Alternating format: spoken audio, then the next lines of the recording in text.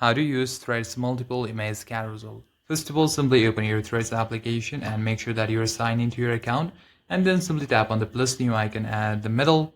Now if you want to select multiple images, what you're going to do is simply tap on the image icon at the first. Now tap on allow all.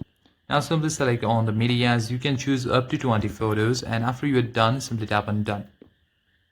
Now you're all set. You can add caption about the images that you want to like, and if you want to tap on individual image details, simply tap on there and tap on alt.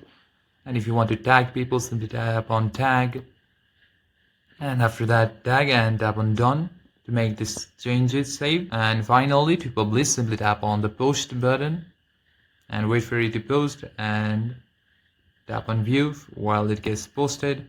And that's it, guys. It has been posted. Now you can see your carousel right over here. Thank you for watching this video. In this way, you can easily use Threads multiple image carousel. If you like the video, consider subscribing to the channel. I'll see you in the next one.